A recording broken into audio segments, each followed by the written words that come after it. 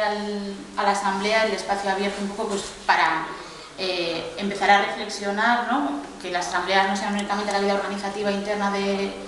Izquierda Unida en la parte de centro o los problemas que acusan al barrio, sino que sea un poco más allá y podamos un poco empaparnos, intercambiar y discutir sobre lo que sucede más allá de las fronteras de nuestro distrito, así que por eso os agradezco mucho el espacio y por otra parte, además, que este debate nos sirva para ir pensando propuestas que hagan una ciudad mucho más vivible y una comunidad mucho más sostenible para todo el mundo. Yo aclarar por una parte también que no soy activista de la Marea Violeta como tal,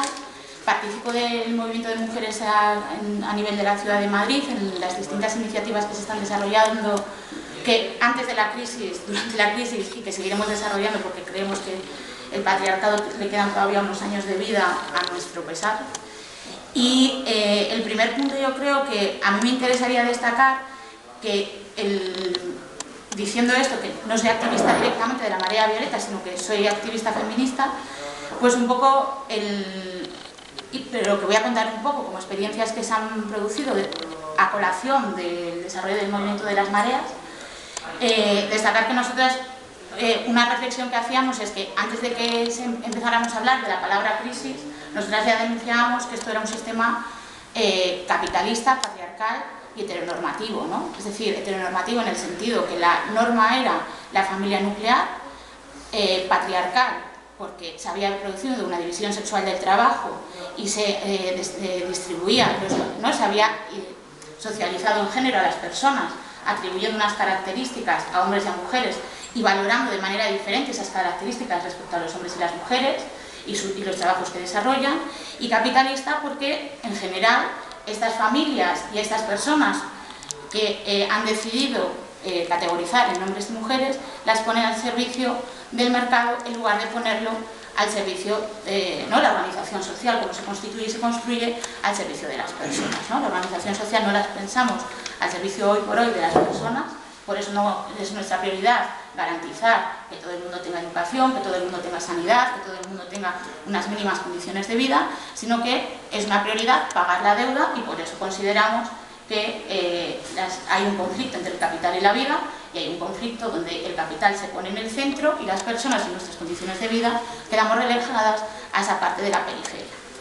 Entonces, una vez así como previo a que nosotros teníamos un problema previo, que existía ya el patriarcado, existía el capitalismo, ahora lo que vemos, ¿no? En este despertar que vamos teniendo, o igual ya habíamos despertado, pero que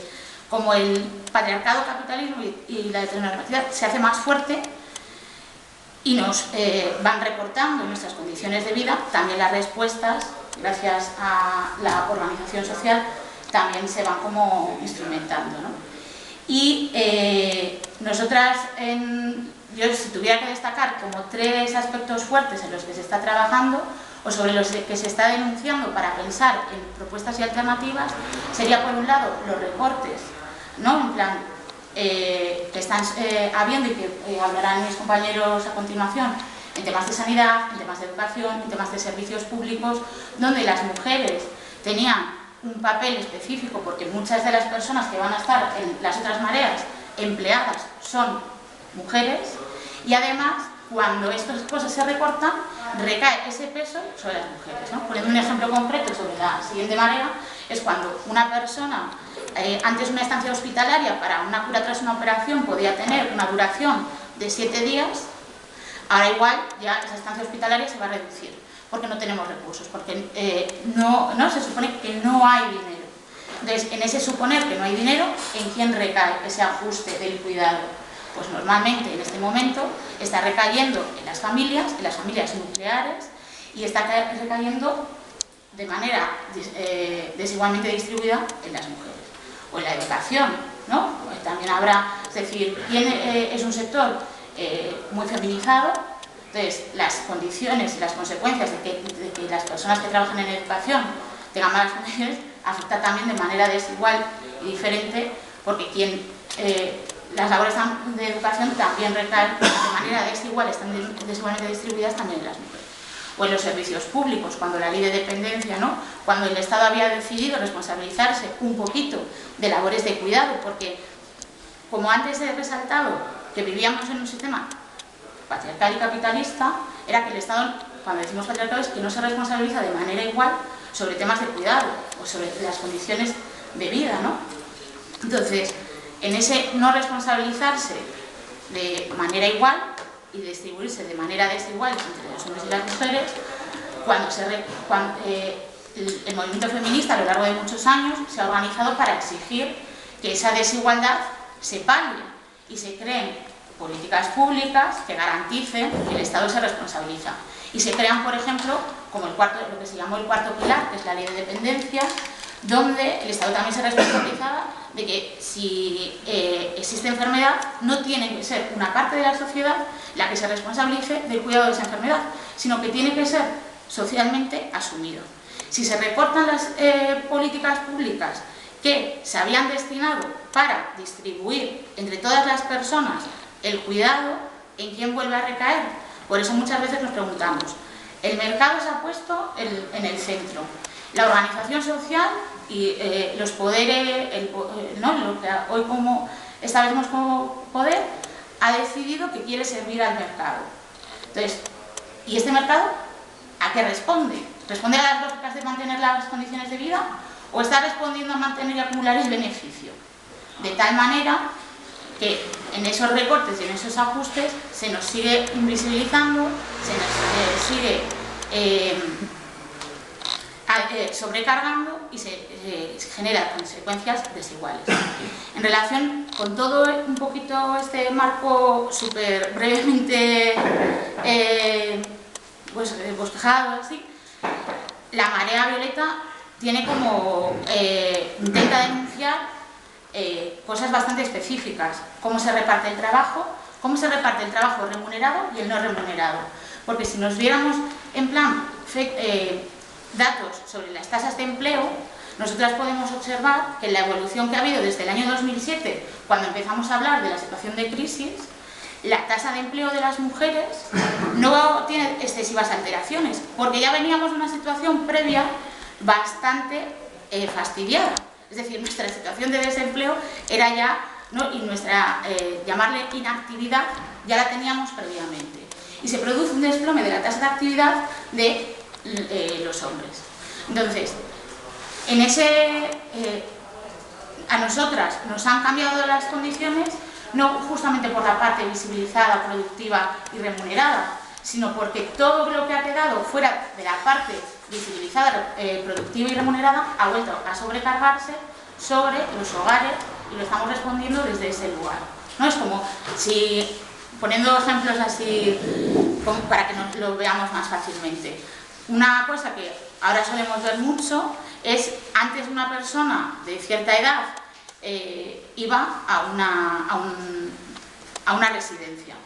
Ahora no tenemos dinero para mantener la residencia, nos hemos quedado en paro, no tenemos dinero para pagar la hipoteca, nos quitan la casa. ¿A dónde nos vamos? A quien tiene la titularidad de la casa, que puede ser nuestra familia.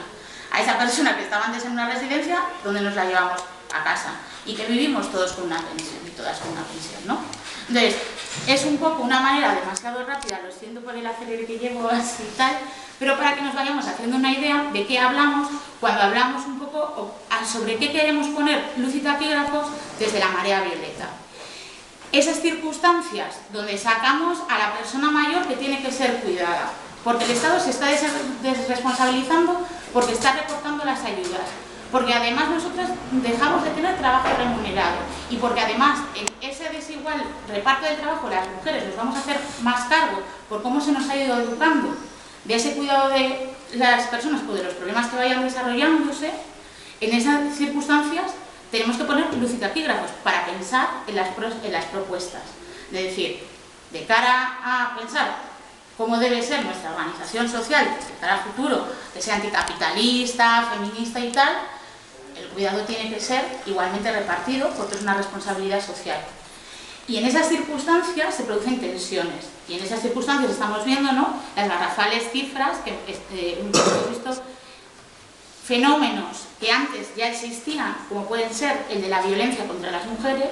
vemos que se pueden recrudecer y se están recrudeciendo. La última semana 3 mujeres fueron asesinadas. Y además, ¿no?, yo creo que ha habido una labor desde las instituciones públicas, desde el movimiento feminista, de las organizaciones de mujeres, para desmitificar que la violencia podía pasarle a una parte de la sociedad, sino que es transversal, porque el patriarcado es transversal y puede ocurrirle a todo el mundo, ¿no?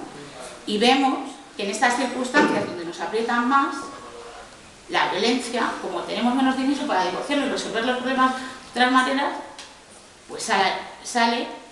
cifras de mujeres muertas, ¿no? Entonces, por un lado está todo el tema de la materialidad, ¿no?, de las condiciones materiales, cómo se están recortando los gastos públicos que pretendían generar igualdad de condiciones para las personas, cuáles son las situaciones de empleo de las mujeres y de los hombres, sobre quién recae, que son los hogares, además, ¿no?, normativizados, y además de todo eso, queremos ver cómo están produciéndose los fenómenos de violencia. Pero con todo esto ya, que tenemos así como bastante que trabajar y bastante que generar propuestas para solucionar cosas que ya teníamos previas, ahora además uno de los temas que más están dentro de la agenda del movimiento feminista es la propia ley del aborto, ¿no? Entonces yo destacaría como varios ejes de trabajo. Está todo el tema de la parte productiva, de cómo afecta de manera diferenciada a hombres y a mujeres y más allá. La segunda parte, cómo se distribuyen las condiciones de vida y se generan condiciones de vida en los hogares o en otras formas o en la comunidad y tal. Qué papeles diferenciales se distribuyen entre hombres y mujeres. La violencia como una consecuencia de cómo se está organizando todo eso. Y por último, y así súper rápido, un tema que ahora es especialmente preocupante porque día sí, día también, en ese modelo, ¿no?, de sociedad en el cual estamos viviendo, estaría el tema muy presente de la ley del aborto, que es uno de los temas que más, ¿no?, es decir, cómo se está mermando la capacidad de decisión de las mujeres sobre su propio cuerpo y cómo nos desdibujan el debate. Hoy por hoy tenemos una ley que era insuficiente, que reconocía que había 14 semanas en lugar de supuestos, pero de nuevo el debate nos lo vuelven a poner sobre los supuestos y nos hablan de si que hay que garantizar la vida del no nacido, y nosotras ante eso decimos un lema que suele haber últimamente mucho, que es ¿de qué vida hablan cuando hablan de la vida? Porque la vida de los ya nacidos la están constantemente recortando, la están constantemente mermando y encima no establecen mecanismos para generar condiciones de igualdad para que las vidas ya nacidas podamos tener las mismas capacidades de decisión, de acción y de ejercicio efectivo de los derechos. Entonces, serían un poco como esos 4 temas, yo creo, principalmente así muy rápido, sobre los que considero que habría que entrar, ¿no? Pues cómo la parte productiva se está organizando, cómo la parte reproductiva de cuidados cómo se ajusta a las condiciones de vida más allá del trabajo, el tema de una consecuencia que hay que hacerle frente y hay que vislumbrarla y hay que identificarla porque que es la violencia, ¿sabes?, cuyas consecuencias son muy graves. Y por último, el tema de la ley del aborto y la capacidad de decisión, ¿no?, como de nuevo en tiempos de crisis se cuestiona la capacidad de decisión de las mujeres y se les quita de nuevo esa mayoría de edad que ya tenemos nosotras por nosotras mismas, pero de nuevo no es como vamos a ponerles una tutela legal. Y si ya en esta ley que tenemos con 14 semanas necesitamos 3 días por si acaso no hemos tomado la decisión clara, pues ahora no. Ahora, encima de que no nos aclaran bien el debate, que es sobre la ley de plazos, qué plazos deberíamos tener o tal, nos hablan de supuestos y encima en esos supuestos constantemente nos hablan de garantizar la vida de los no nacidos y nosotros preguntamos, muy bien, pero de las nacidas, ¿cómo la organizamos? Entonces sería un poquito como esos 4 ejes de trabajo los que yo creo que están un poco congregando, articulando pues a gran parte de las iniciativas que en este momento se están dando. Y sobre el último manifiesto leído el 1 de junio por la Marea Violeta, decía, no es una crisis, es el patriarcado y es el capitalismo. Bueno,